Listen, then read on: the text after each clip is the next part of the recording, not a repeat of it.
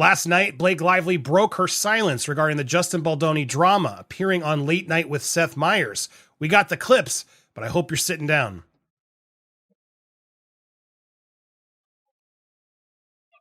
Welcome to Popcorn Planet. I am Andy Signor, and the press tour continues. She seems to be on this tour that's painting herself as a hero for all women. And it's pretty frustrating how Seth and just Hollywood in general seems to be accepting it.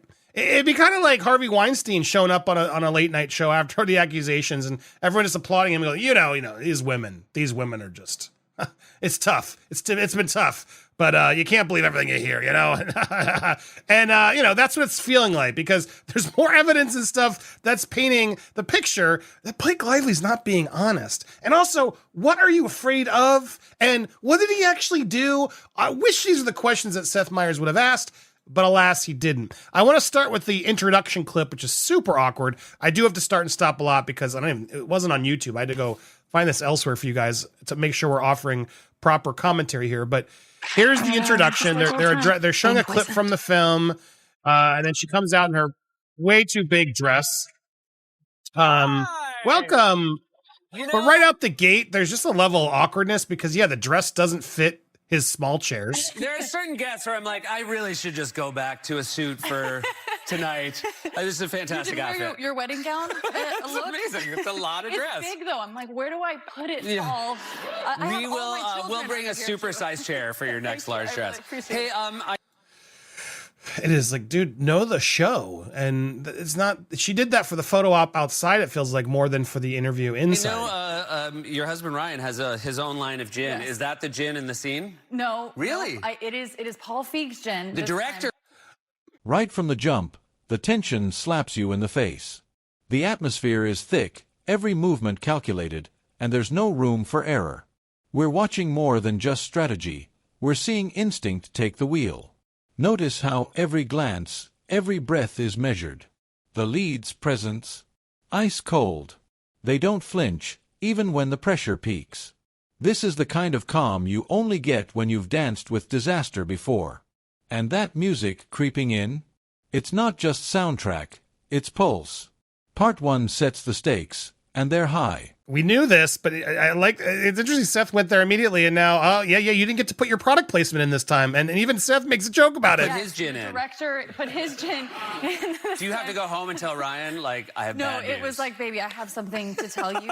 We're going to talk about it here, and we're going to forget it ever happened. Gotcha. Okay? No.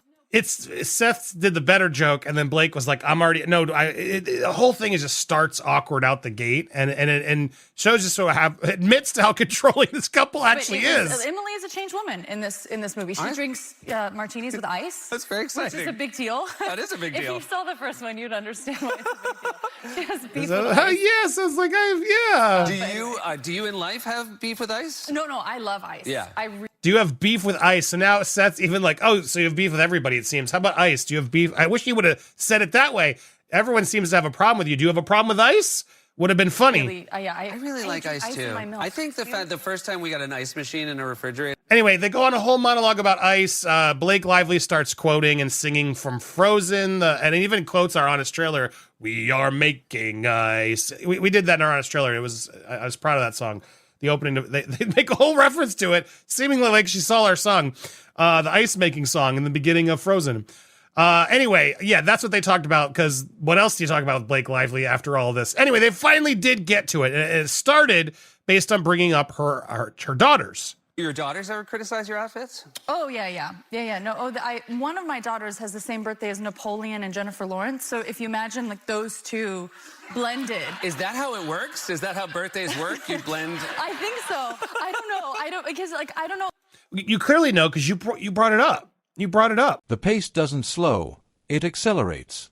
Now we're knee-deep in the storm, and every move could flip the outcome. Watch closely. Small decisions here have massive consequences. There's this moment, blink and you'll miss it, where hesitation nearly breaks the flow, but the recovery? Flawless. It's like watching a chess grandmaster in the middle of a firefight. There's no backup, no fallback, just grit, guts, and razor focus. And right when you think it's stabilizing, it spikes again. This part demands your full attention. Clearly, well, that's what you think, but you don't. Anything you say isn't real because you're just sarcastically throwing jokes out to see what'll stick. And I feel like that's what you do this whole lawsuit. A lot about star signs. I heard someone said the other day that if your son texts you and says like, "Mom, I'm on a date. She's asking me my star sign. What should I say?" And the mom texts back, "Run." She's so fun. She's such a good talk show guest. That's very good. Now I'm afraid to know too much about star signs. But yeah. It's really hard to watch her now. I can't lie. It is really hard to watch her be this fake person. I think there's something with birthdays. Okay. She's the funniest person in the world, but she will definitely rule the world with authoritarian leadership. Well, that's something to look forward to. I wonder where she got that from. She will rule the world with authoritarian, you heard her, a leadership. Interesting. I mean, it'd be fun to have one who's funny. Yeah. But it is nice, though, because they're honestly, I mean, it's no surprise I've had a pretty intense year, and they're just my lifeline. No matter what day I'm having, I have to be Disneyland every day for them. And so it's. This is where everything tightens. The stakes doubled. The pressure off the charts. The clock's ticking louder now, and every sound, every breath, feels heavier. We're watching someone balance on the edge of chaos, and yet they keep control. That switch in tempo halfway through. A masterstroke. It's not just surviving, it's adapting. This is where skill meets instinct, where experience turns panic into purpose. And those background reactions. Silent but loud. They tell you just how serious this moment is. They're my lifeline, and then she turned it. Do you hear how she did that? It's been she sets it up so it's clearly open for now. Seth can bring it in, which was clearly prearranged. You could tell this whole thing is prearranged. And then she can't wait. She sort of lets Seth know, okay, come on, let's get to it. But then she even said they're my lifeline. Oh, they've taken me away. And there's one where you're like, oh, it's so sweet. You can go be with your kids because they don't read all the news and they'll love you. They're unconditional, etc. But then she's like, it's like I have to pretend to go into Disneyland every day. Oh, it's such a chore for me. It is so hard. It is so hard for me, people. Oh, will you please give me more empathy? Because it's so hard being Blake Lively right now, having to go to my nannies and everybody and all these trips where clearly my kids aren't here and deal with that. And I have to be happy mama for them. I thought the whole lawsuit says you weren't. The whole lawsuit says you can't go outside. You're so bothered by it. You can't leave the house or the kids are affected. It's all I'm getting such mixed messages from all this, and from these appearances, they're telling me anything. You're not suffering any actual work damages. Now we're deep in the thick of it. It's raw, unfiltered, and brutal. Nothing is handed over. Everything is earned. The pacing feels like a heart skipping beats, and the camera work amplifies that unease. There's a stretch in here that's all about endurance, mentally and physically. You can see it in the eyes, fatigue setting in, but the will refusing to fold. The narrative rhythm here, impeccable. It's not just about winning, it's about surviving long enough to still be in the game when the door opens. Working just fine for you. People are still asking for your autograph, showing up at premieres. You're just forcing it down our throat. We're seeing it everywhere. So hard to see what you're really suffering through. Because if anybody's suffering, it's clearly the guy who's now lost his agency, his jobs, isn't out there doing anything. That's the one who's clearly losing things based on your ridiculous accusations. It's the best. I mean, it's chaos, but it's yeah. Yeah. I mean, you mentioned you had an intense year. I'm maybe not as totally informed about it as other people. Now, and watching this again, I love how he said that because that to me is his excuse for why he's not pressing. I'm not as educated on it. And you got to be clear, this isn't 60 Minutes or some hard-hitting news show. This is, a late night comedy show. But he's making it clear at the gate, I don't know all the details. But I don't know the details. Just, hello, audience, I don't know all the details. But I'm thrilled you're not doing Weekend Update right now because you would be quite informed. So it's good, yeah. But were I to ask you about it, the reality is he is. The beginning of his show, A Closer Look, he talks about all sorts of entertainment stories, everything. Of course he knows. He's just saying that, Blake, to get away with being nice to you. Is how I see that, which is very telling. He's got to save face. So if it all goes to heck, he can be like, well, I didn't know. Yeah. If she turns into a crazy person publicly, which she is, in my opinion. He can then play like, oh, I wasn't really paying attention. We've had Predator on, and yeah, I thought it'd be fine. It was, to me, that preamble was very smart on Seth Meyers' part. I imagine you're in a situation where you can't say much. Yeah, I mean, what I can She can say whatever she wants. She can say whatever she wants. say without going too into it is that this year has been full of the highest highs and the lowest lows of my life. And I see so many women around afraid to speak, especially right now, afraid to share their experiences. And fear is by design. It's what keeps us silent. But Fear is from you. Everyone is terrified of you and Ryan. They are terrified. More on that in a second, but I also acknowledge that many people don't have the opportunity to speak. So I do feel fortunate that I've been able to.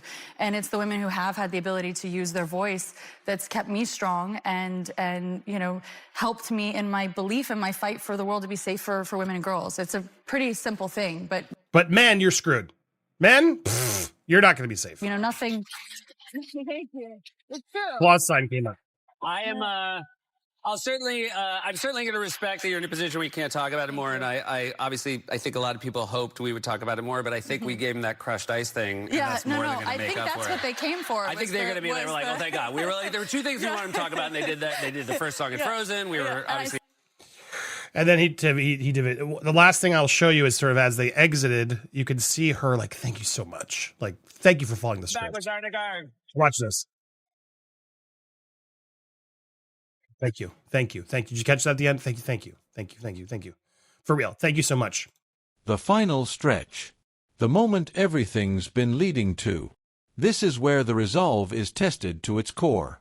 Every second feels stretched, and every action is a gamble.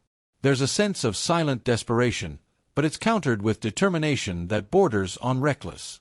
The build-up finally pays off with a climax that's both earned and explosive. No shortcuts, no safety nets, just pure, raw payoff. And just like that, it ends, leaving you breathless. Thank you for not screwing me over and making this worse for me. I mean, you got to remember, there's a sign there telling them when to applaud and laugh. They didn't laugh that much throughout. The rest of the stuff I didn't show you was very uncomfortable because no one cared. It was not funny or engaging is the reality. Even taking away the drama, it was a very mediocre, bland talk show appearance. And the drama clearly makes it more interesting. There's a curiosity factor, etc. And Seth is definitely doing her the solid of playing softball is what he's doing here. So plenty of people are gonna be annoyed by him, but he's doing his job. This is what he does. He's getting ratings. He needs ratings. His show's on so late and people don't watch his clips as much as the other guys. I'm sure he was stoked to get the first interview and he's just playing it safe. So that's the Seth side of it. From the Blake side, this idea that she's now being silenced, that she's the voice for all women, that infuriates me. The fact that she's now trying to become the poster child for standing up to what? You had all the control in that set.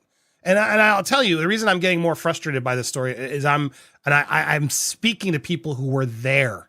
I'm speaking to people there. I'm trying to get journalists this weekend. I'm going to New York this weekend to shoot the crew. I'm literally up at 3 a.m. taping this before I go to the airport because I wanted to bring the story to you. And I will tell you this as I wrap this up. I literally have had journalists at publications tell me, I don't want to comment on this. They're too litigious. As in Blake and Ryan. Blake and Ryan have instilled fear across this whole industry and are making everyone afraid. Streaming companies that were interested in our film, when they learned that we're not not going to be like super forgiving and kind to Ryan and Blake, but actually tell the truth, that makes us uncomfortable. We don't want to upset Ryan. Literally, that's the industry right now. I crap you not. That is what's happening. People are terrified of turning on these two. So you add that coupled with the PR machine and everyone like Seth Meyers still applauding and they're still the heroes. That's what's happening in the reality of things. They're just forcing themselves down everybody's throat. Believe me. Don't read all the evidence. Just believe me because I'm the woman and that guy's a creep without any evidence. And mind you, if that falls apart later, we settle, whatever, it won't matter. But because optically she's constantly out there as this victim for all women, the reality check is a lot of people are just going to accept that and say, well, that's what happened. And that's not okay with me. That's not okay with me. And that's why we're doing this documentary. I really want to get a keepsake. You guys can be a part of it. Make sure you head over to our store. I'm going to put the link down there. You can get a investor pack today. You can get your name in the film. You can also join us over on Patreon. I was getting the link up just so you can see it one more time. We'll plug it right here. The Ends with Justice pack. You can pick up your copy, get involved in the film, invest. That's the best way to support right now. And then we'll Patreon. We actually might be porting you a new membership, so stay tuned. But we'll let you know. But supporting the channel the way like that's the way you can help right now. Please get the word out. I'm going to put my link tree down below. When you click on that, you can click onto the store. You can click on over to Patreon. Please subscribe if you haven't already. Make sure you hit the bell for alerts. We are pivoting other stories, and we'll get there. And we'll still keep this story going when there's big news. But I don't want us to forget, while this lawsuit's happening, we got to keep to the truth, got to keep defining justice on this case, and we will with your help.